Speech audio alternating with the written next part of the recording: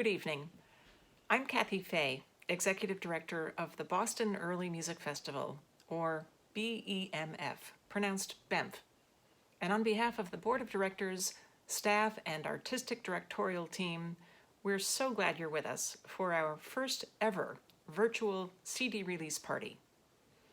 We've missed you terribly, and we can't wait to be together again in person to enjoy beautiful music, engage in conversation, and appreciate the company of one another.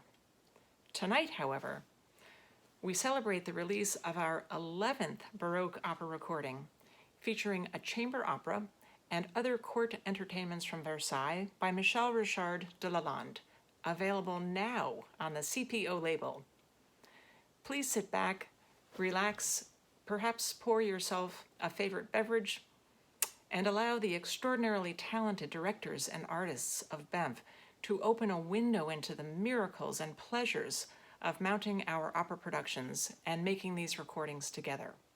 Our first audio selection is track number 12, which consists of the Symphonie douce de flûte et violon, or Soft Symphony of Flutes and Violins, immediately followed by Laments, Regrets, from Lalande's Les Fontaines de Versailles, featuring the Boston Early Music Festival and soloists Margot Rood, Brian Giebler, and John Taylor Ward.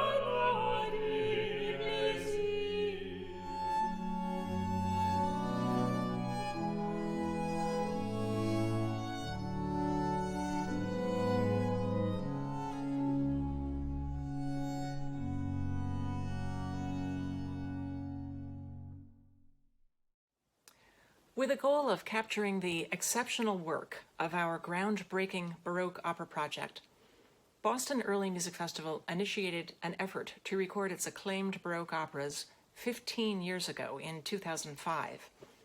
This commitment to preservation has produced 10 celebrated recordings and attracted the attention of the international community in the form of numerous awards and accolades, including a Grammy Award for Best Opera Recording and 5 additional Grammy nominations. BEM CDs have also been nominated for and earned many national and international recording awards. In fact, in 2015 alone, our recording of Agostino Stefani's Niobe, featuring Philippe Jarouski, Karina Gauvin, and the All-Star Boston Early Music Festival Orchestra, attained a Grammy nomination and received the Echo Classique World Premiere Recording of the Year award, the Diapason d'Or de l'Année, and the highly coveted German Record Critics Prize. For sports fans, that's like capturing the Super Bowl, the World Series, the World Cup, and the Stanley Cup all in one season. We know of no other musical organization that equals our current track record of highest recognitions for excellence in these intense competitions among leading world-class institutions, most with power and financing far beyond our means. Beyond the prestige, we are committed to making recordings of our groundbreaking Banff operas for the historical record and for the immeasurable worldwide publicity they provide. Ultimately, we believe these recordings are quite simply spectacular performances of beautiful music that deserve to be cherished, shared, and enjoyed over and over again. Producing our opera recordings requires substantial funding. We receive no royalties for our recordings, and proceeds from worldwide sales of our CDs cover only a fraction of associated expenses. With this in mind, I'd like to thank our many devoted friends and fans from around the world who not only see the need and appreciate the value of making permanent recordings for all to enjoy, but who understand the meaning of philanthropy.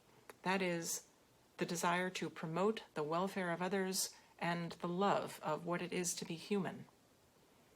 In particular, I'd like to thank our leadership donors, whose names appear on page 8 of our Lalande CD booklet. If you would like to donate to the Boston Early Music Festival and our Baroque Opera Recording Fund, please visit bemf.org/support to learn more and make a contribution today. Now you will hear from our Grammy-winning artistic co-director Paul Odette and soprano Margot Rood. Hello, and welcome to our virtual CD release party. My name is Paul Odette, and I am artistic co-director of the Boston Early Music Festival. French Baroque opera is dominated by the towering figures of Lully and Rameau, composers whose music we have enjoyed performing at Banff for the past 20 years, including works such as Lully's Thésée and Psyché, the recordings of which were both nominated for Grammy Awards, Rameau's La Guirlande, and numerous programs of dances and arias from his operas, performed at our festival in Boston as well as at Versailles itself. While Lully and Rameau are the most famous French Baroque composers, there were numerous other incredibly gifted musicians at the time whose music deserves to be heard. Especially significant for us at Banff is Marc-Antoine Charpentier, whose chamber operas Actéon, Les Plaisirs de Versailles, La Couronne de Fleurs, and La Descente d'Orphée aux Enfers have been presented at Banff in staged performances and recordings, the latter of which won a Grammy for Best Opera Recording of 2014. But there were other major figures during this period whose music also needs to be brought back to life, starting with Michel Richard de Lalande, the composer featured on our latest CD, the release of which we are celebrating today. Lalande was the son of a Parisian tailor. He displayed his musical skills at a very early age, being chosen as a 10-year-old to sing the soprano solos at the Royal Church of Saint-Germain-l'Auxerrois, due to his beautiful voice. He began studying harpsichord and organ around this time, as well as learning to compose. In 1683, at the age of 25, Louis XIV invited Lalande to participate in a competition with 35 other composers, including Charpentier, Desmarais, Collas, and other illustrious musicians, for one of the 4 positions as composers for Louis's chapel. The king made sure that Lalande was chosen, awarding him the most prominent of the 4 positions. In April and May of that same year, Lalande composed 2 important entertainments for the court, Les Fontaines de Versailles and Le Concert d'Esculape, which are the featured works on our new CD. These are the works of a young genius, bursting with brilliant ideas. Both pieces are filled with unforgettable melodies, distinctive rhythms, a highly individual harmonic language, and a keen sense of drama. Though best known for his magnificent and highly influential church music, Lalande also wrote ballets, pastorales, and chamber operas, which were quite popular at the time. Indeed, the king was so enamored of Lalande's music that upon the death of Lully, Lalande was given the prized position of surintendant de la musique de la chambre at court. In this position, he not only oversaw musical activities at Versailles, but also was responsible for training the next generation of French composers. It's quite a story that the son of a tailor would end up a close colleague of Louis XIV with a 3-story house in Paris, a fine apartment next to the Chateau of Versailles, and a country house and garden. At his death, he owned more than 50 paintings, a great deal of silver, some fine violins, viols, and a good harpsichord. But the most precious thing he left behind was his wonderful music. We hope that upon hearing our new recording, like Louis, you too will be captivated by the magic of Lalande's music. Hi everyone, I'm Margot Rood, and I'm coming to you from my home in Washington, D.C. The past few months have been seemingly endless, as we all have experienced, but I have to say that when I heard that our Lalande recording would be released sooner than later, I was thrilled. What a bright spot in an otherwise cloudy spring and summer.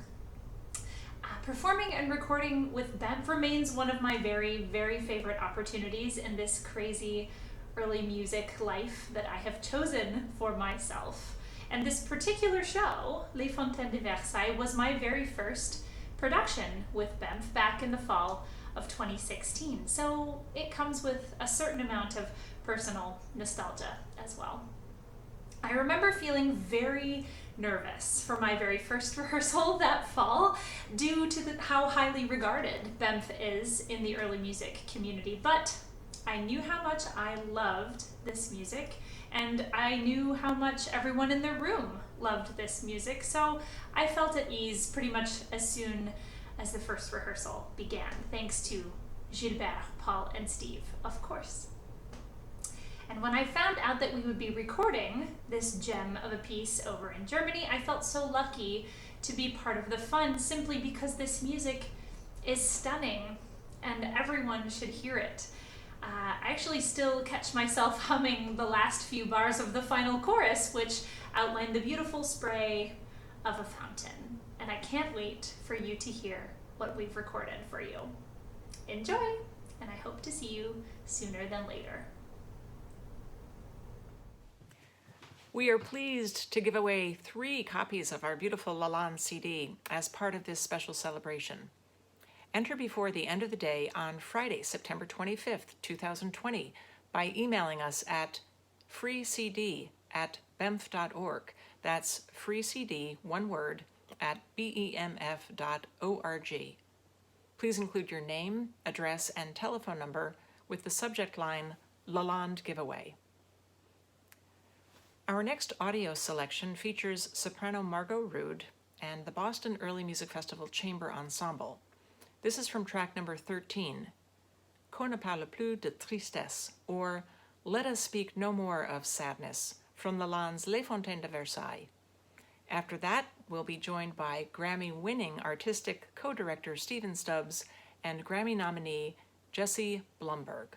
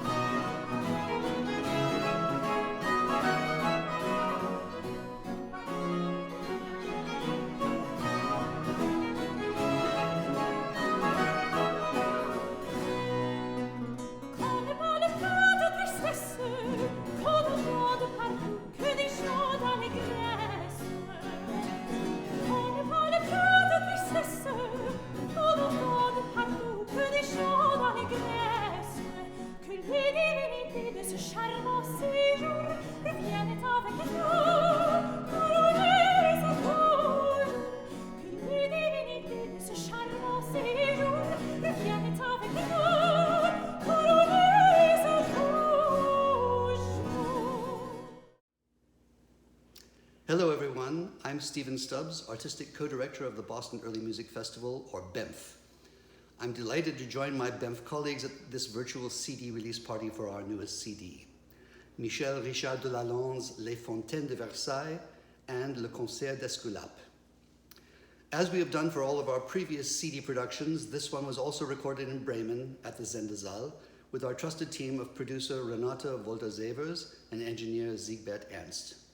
Most importantly, it carries forward our work of our family of singers and players that has been growing and evolving over the past 25 years. And in another hallmark of our work over that time, it takes a work which we have produced on stage with Gilbert Blin and marks a permanent oral record of that production. This one grew out of our production called Versailles, which featured Charpentier's Les Plaisirs de Versailles along with Lalande's Les Fontaines de Versailles. This turned out to be a fortuitous pairing, as Charpentier's work reflects the indoor pleasures at Versailles, music, conversation, card games, and feasting, while Lalande's piece is a virtual tour of the gardens and fountains of Versailles, representing each god or goddess in turn as their fountain comes into view. Ever since we engaged with French Baroque music at BEMF with Lully's Thésée in 2001, the many projects, both on stage and on recording, of works by Charpentier, Lully, Lalande, Campra, and Rameau have formed a company with a secure sense of this style and a feeling of mutual trust that can only be built over many years of focused work together. In terms of our company of singers, each project brings different talents to the foreground. Here we feature Virginia Warnken as Latona, which is indeed the first fountain that you encounter even today when you begin a tour of Versailles gardens. It fills the courtyard directly behind the castle. Latona is in conversation with Flore, sung by Molly Netter, about the approaching return of King Louis himself. We next meet Apollo, sung by BEMF favorite Aaron Sheehan. As the sun god, Apollo of course represents Louis the Sun King, but in a reversal of status here, Apollo says that he is only the image of which Louis is the reality. After a charming trio of gods and goddesses celebrate the return of the sun for which all of nature rejoices, we encounter the particularly imposing fountain of the giant Encelade, sung by Taylor Ward. He is the sad giant who lives under Mount Etna, vomiting horrendous flames, but now, through a miraculous transformation, to entertain the greatest king in the world, he has become a fountain, throwing superb jets of water into the air. Finally, we encounter La Renommée, Fame, sung by Margot Rood, who calls all the gods and goddesses together to celebrate the glorious return of the king. Suddenly, Comus, the god of festivities, appears, sung by Jesse Blumberg, who protests that such festivities require his presence. All gather to sing a final chorus, which is a miraculous oral depiction of the water jets of a fountain outdoing each other to reach higher and higher into the air.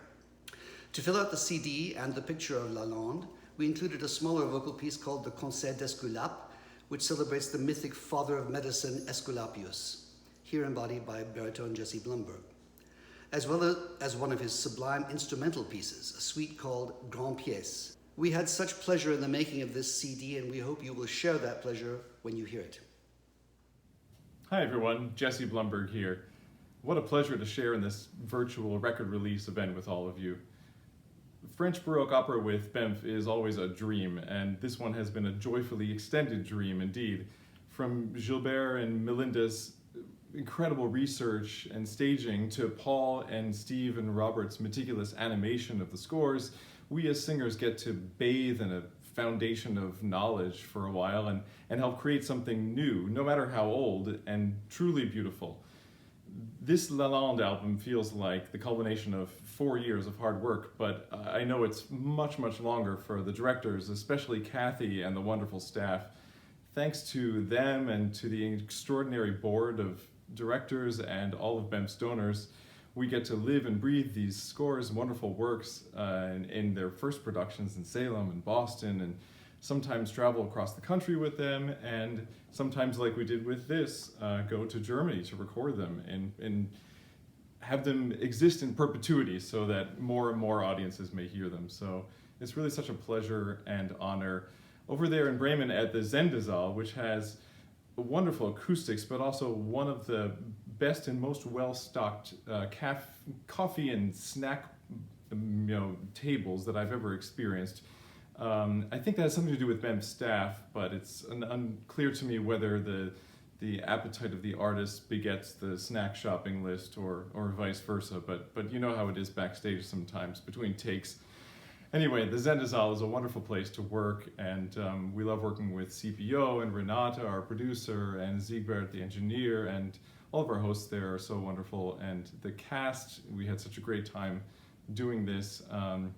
The Charpentier album that came out last year was a big success. We were really proud of that, and we think this one will be a hit as well. So before I go, if you might indulge me, I'm known in BEMF circles as for my groan-worthy puns, if you will. And if people see Paul Odette and me starting to banter with each other, they tend to turn away or pretend not to be listening, for example. But I've been working this one up for a while about our beloved recording studio in Bremen, and something like, if we're lucky, when we're all making music together again soon, maybe BEMF will soon send us all back to Bremen to, I'll give you a moment to groan. And in all seriousness, thank you to everyone who was involved in this, and congratulations to everyone.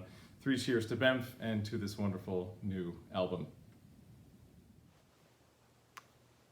Next, we have a breathtaking video excerpt from our November 2016 performance of Lalande's Les Fontaines de Versailles, featuring Jesse Blumberg as Comus, the god of feasts, and a chorus singing in praise of King Louis XIV. Enhancing the visual beauty of this video is an appearance by BEMF Baroque Dance Company member and choreographer Carlos Vitante, who plays the role of Louis XIV. We wanted to share some excerpts of our opera videos, and especially our superb Baroque Dance Company, as part of our release party, because these are moments you simply can't appreciate while listening to our CDs, but which certainly inform our artistic decisions in the recording studio. At the conclusion of this video, BEMF Opera Director Gilbert Blin and Grammy-winning tenor Aaron Sheehan share their reflections. If you'd like to order your own copy, hot off the press, of our new Lalande CD, or learn about our many award-winning recordings, please visit bemf.org/recordings.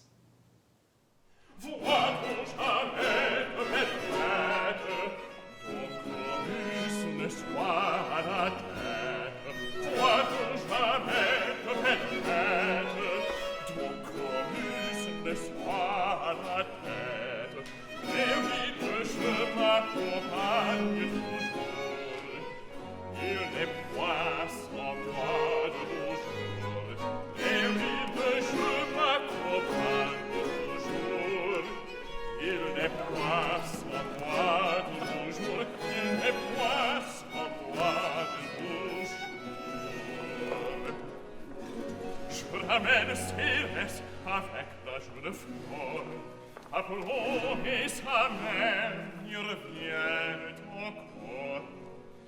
Nous cherchons ce héros, nous cherchons ses plaisirs, il fait tous nos désirs. Nous venons rendre hommage à sa grandeur suprême, ton sérieux enchanté, qu'il a formé lui-même.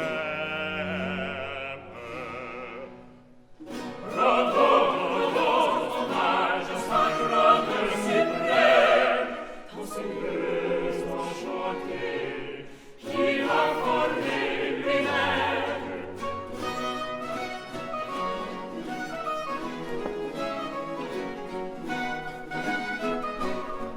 Rendons hommage à sa grandeur suprême, ton sérieux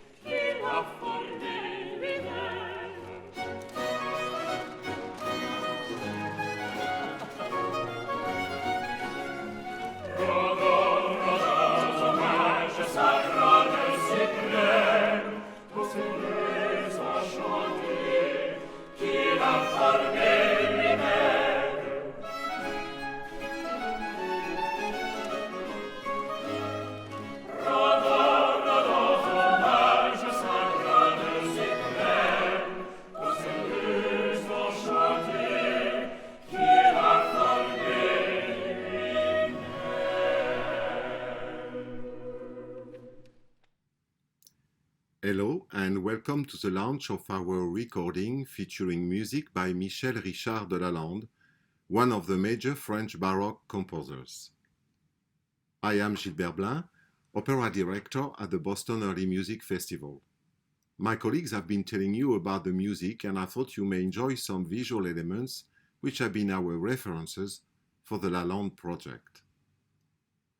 It is fair to say that if Lully opera have been shaping the image of Louis XIV, Lalande's music had the same role for Versailles.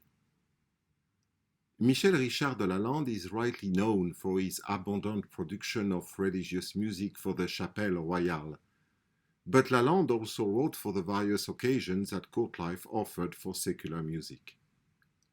In Les Fontaines de Versailles, Lalande offers a musical portrait of the gardens of the royal domain. By doing so, the composer elevates the grounds to an ideal realm of poetry and harmony, where mythology is cultivated for the glory of the king. When the court settled in Versailles in 1682, the palace and the ever-changing gardens became the incomparable spectacle and source of wonder they are still today. The work of Lalande is a beautiful expression of this fascination. As a young composer started to work in Versailles in 1683, he found a reliable collaborator in Antoine Morel, a singer who had been an ordinaire de la musique du roi, permanent royal musician, since many years. A poet as a singer, Morel's first libretto was for Lalande's celebration of Les Fontaines de Versailles sur le retour du roi. Indeed, in his libretto, Morel imagines the Greco-Roman deities whose sculptures adorn the garden's fontaine, of having a meeting in the grands appartements du Château de Versailles to celebrate the return of the king. Gods and goddesses honor the king's arrival in Versailles and respond with fervor to his keen interest in his palace and gardens. At the end of the piece, the deities of the fontaines agree that the best way to celebrate the return of the king is to go back to their respective spot in this beloved garden and have their waters rise as high as possible into the air. As all of the statues of the deities figuring Les Fontaines were indeed on display in the gardens in 1683, could the order in which the fontaines appear in Morel's libretto reflect an actual promenade? It does initially seem possible when comparing the libretto with a map of this period, as the beginning of the piece presents a special logic. However, as the order of the apparition of the god in the second half will offer an erratic meander, it seems clear that rather than a suggestion of a long promenade, the work of Lalande and Morel is a poetic evocation of the domain where all the attention is converging where the king is. By bringing the statues of Versailles fontaines to life and assembling them in a symposium of the god in the palace, Morel and Lalande take the opportunity to praise Louis XIV as the creator of this enchanted domain. This was not mere flattery, as for 50 years the kings ordered the creation and oversaw the many expansions and improvements to the castle and the gardens of Versailles. Besides becoming a social and political pole, Versailles was a field of experimentations in arts, science, and technique. The biggest technical challenge was the global mastery of water, and for decades, the engineers for the waterworks strove to make all the fontaines flow at the same time. The musical evocation of this hydraulic prowess was a challenge brilliantly taken up by Lalande in the concluding chorus of Les Fontaines de Versailles. Listen to our Boston Early Music Festival recording of Lalande's music and enjoy your musical promenade around Versailles. Thank you. Hello everyone at the Boston Early Music Festival. I'm very excited to be a part of this Lalande CD release party. I also want to take the time to say how much I miss my Bemf family right now. It's quite an unprecedented time, and I miss the socializing with friends and colleagues while we make world-class music. It's just surreal. But back to the CD. I remember when we did this piece the first time, we mounted it as a stage production in 2016. And between that time and then when we remounted it and recorded it, I actually got to experience the Fountains at Versailles live for the first time because I'd never actually taken the time to walk in the garden. It gave me a new insight into the piece on how grand the gardens are, how the fountains are placed and how they interact with each other in the garden. So it was like a wonderful insight into the piece that I didn't have previous, which I'm glad I did now. I really look forward to when we get to make music together again, not only virtually, which is not the best, but when we actually get to sit down and be in the same room and talk to one another and make beautiful music. And I have no one else in this world I'd rather do that with first than my beautiful Boston Music Festival. I love you all and enjoy the CD.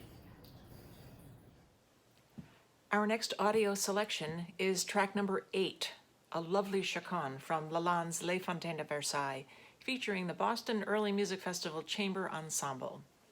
Following this, we will be joined by Banff Orchestra Director Robert Mealy and Grammy-winning recording engineer Renate Wolter-Seevers. Don't miss your chance to win a free copy of our new CD. Email us your name, address, and telephone number to freecd, that's all one word, at bemf.org with the subject line Lalande Giveaway. You have until the end of the day, Friday, September 25th, to enter.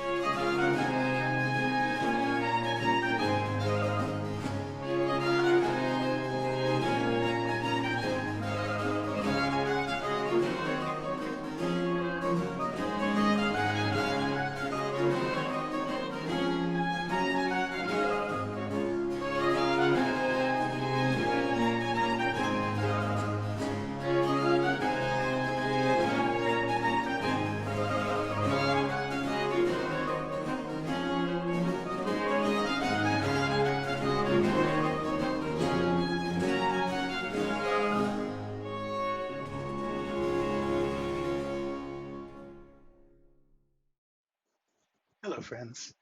I'm Robert Mealy, the Orchestra Director for the Boston Early Music Festival. and I'm also the concertmaster in this wonderful recording of Lalande that we're celebrating. You've just heard from Steve about the roles of our Banff singers in this project, and as he says, one of the great pleasures of working with this group is the sense of family which has grown over our years together. And that's also true for our instrumentalists.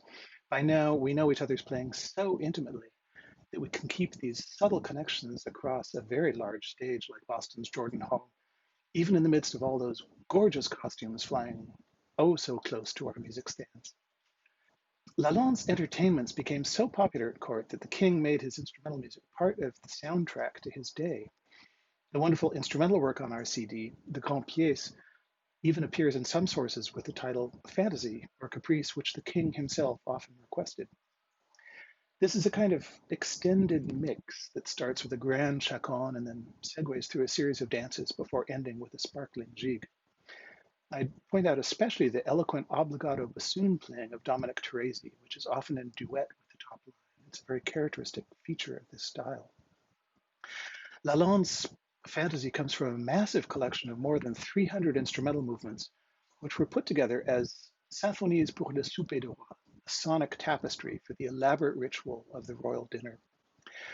This only survives in a reduced three-part illustration, so we've asked our colleague Charles Weaver to fill in the missing viola parts, those delicious side dishes of the feast, to bring to life the rich five-part string texture, which is so characteristic of French music, with the winds doubling the top and bottom. For me, artistic collaborations are very much at the heart of Banff. One particularly precious aspect is the chance for our instrumentalists to work closely, not just with our family of singers, but our family of dancers, which has been nurtured so well by our dance director, Melinda Sullivan. This allows us to discover how to embody the grace and subtle rhythms of their steps in our playing. In the videos ahead, you'll see some of Carlos Fitante's masterful work as he embodies the aging Louis XIV, remembering his youthful glories. The beautiful staging and dancing that inspires our performances won't, unfortunately, fit onto your CD. But I invite you to dance along with us at home and create your own private Versailles as we bring to life this beautiful, joyful, and touching music. Hello, dear friends of the Boston Early Music Festival. My name is Renate. I'm here in Germany, more precisely in the city of Bremen, and at my place of work. Here you can see the recording studio of Radio Bremen, which was built in 1952 as a gift of the American people to the citizens of Bremen to support reconstruction of war-torn Germany after World War II. What is my job here? I produce music recordings. What kind of music? Well, all genres of classical music, but my personal preference is the music of the Renaissance and the Baroque. So, these recordings arose.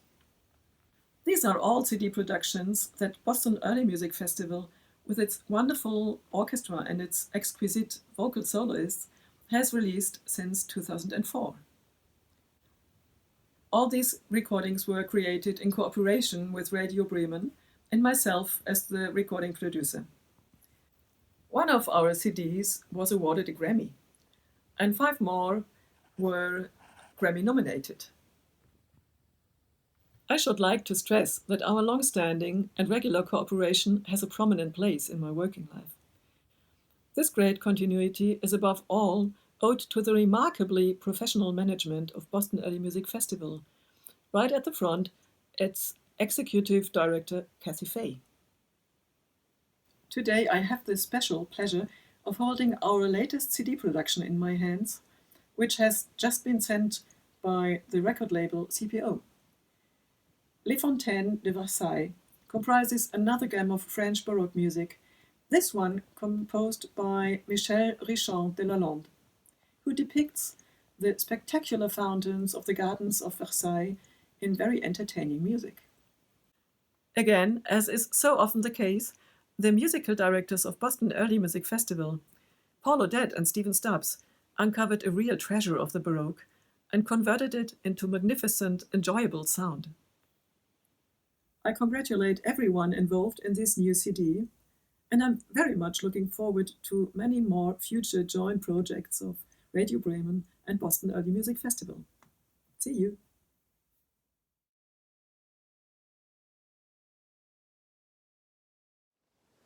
On a personal note, one of my greatest pleasures as executive producer of our opera recordings has been to sit in the recording studio in Bremen, Germany, surrounded by the amazing and talented BEMF artists and engineers, and experience these recordings as they come to life. The sense of collaboration and respect our artists and engineers have for one another, their ability to freely exchange ideas and share interpretations, and their steadfast commitment to producing these most beautiful recordings for generations to enjoy is truly inspiring. In addition to the two title pieces, our new recording features a splendid instrumental selection by Lalande that was a particular favorite of King Louis XIV. Please enjoy the opening movements of the Grande Pièce en Girasole, tracks 19, 20, and 21, performed by the superb Boston Early Music Festival Chamber Ensemble. After this selection, we'll hear from BEMF Dance Director Melinda Sullivan and baritone John Taylor Ward, the final two guests of our celebration.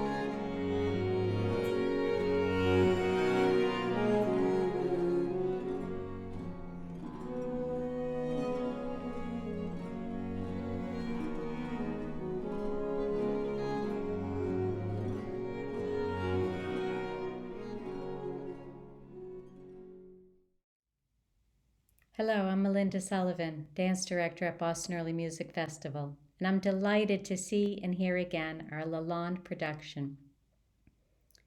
I could watch that final scene of the deities returning to fountain form again and again and again.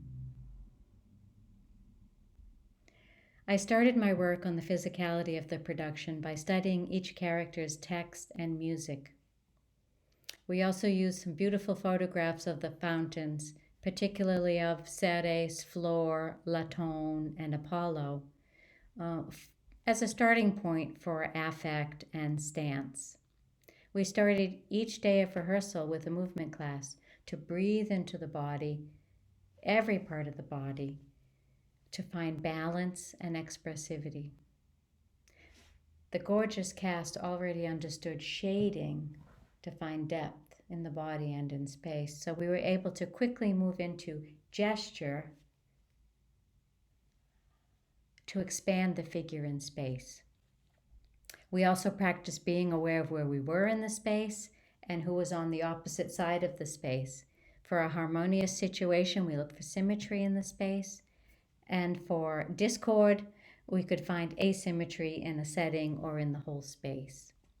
Carlos Fitante choreographed a number of dances for himself and the singers. Everybody danced minuets and gavottes every day. To be in a Banff opera, one must sing, dance, and act. It's one of our hallmarks, and we do it very well. Enjoy.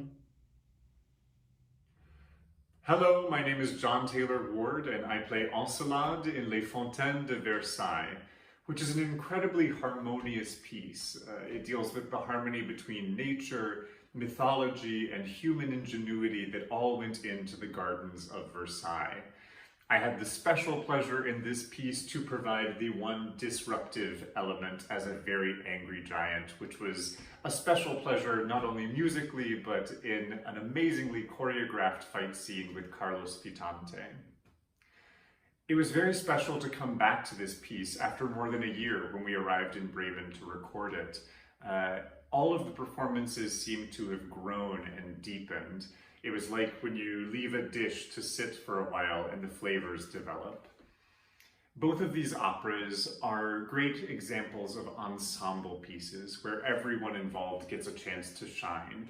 And I think that that's really similar to the ethos of the Boston Early Music Festival. It's a place where artists and administrators all form a troupe in a sort of unique way, and the personal relationships that exist really deepen the experience for everyone.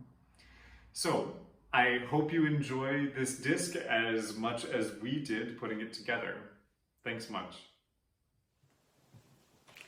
Thank you for joining our celebration this evening, our first virtual CD release party, as we proudly celebrate our latest addition to our bountiful Baroque opera recording discography, Lalande's Les Fontaines de Versailles and Le Concert d'Esculapa. This recording will certainly not be our last. In fact, in December, and just in time for the holidays, we're thrilled to be releasing our long-anticipated and first ever recording of Christoph Graupner's operatic masterpiece, Antiochus und Stautonica, also on the CPO label, and featuring baritone Christian Imler and soprano Hanna Blazakova. I'd like to thank my extraordinary colleague directors, artistic co-directors Paul Odette and Stephen Stubbs, opera director and drama and language coach for this recording, Gilbert Blin, orchestra director Robert Mealy, dance director Melinda Sullivan, as well as our recording engineers Renate Wolter-Seevers and Siegbert Ernst, and all of our friends at our principal recording label, Classic Production Osnabrück, or CPO, and especially Burkhard Schmielgun and Caroline Ranka. My thanks also to the gifted singers you've heard from, Margot Rood, Jessie Blumberg, Aaron Sheehan, and John Taylor Ward, and to the many talented Banff singers and instrumentalists featured on this gorgeous recording, too numerous to list here. Thanks to our videographer, Kathy Wittman of Ball Square Films, and sound engineer Frank Cunningham for tonight's video selections. Thanks to my amazing staff, Carla, Maria, Elizabeth, Brian, Corey, Perry, and Shannon, for your tireless work and optimism during these unprecedented times. And heartfelt thanks to Andrew Siegel, our publications editor, whose meticulous work on this CD booklet and on all of our printed material is appreciated by all. Lastly, my deepest thanks again to our 20 leadership supporters listed on page 8 of the CD booklet, whose generosity made this recording possible. I hope you will consider joining them in supporting our Baroque Opera Recording Fund. You can learn more by visiting bemf.org/support. And if you'd like to order a copy of our new Lalande CD, please visit bemf.org/recordings. One final reminder to enter our CD giveaway.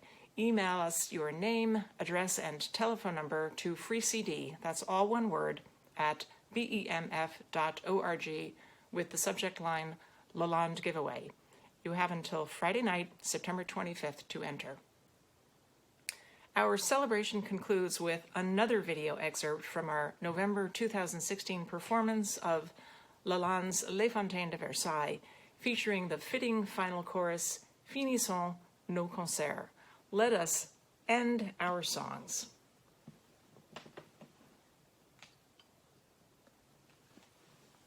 Cheers and good health to all.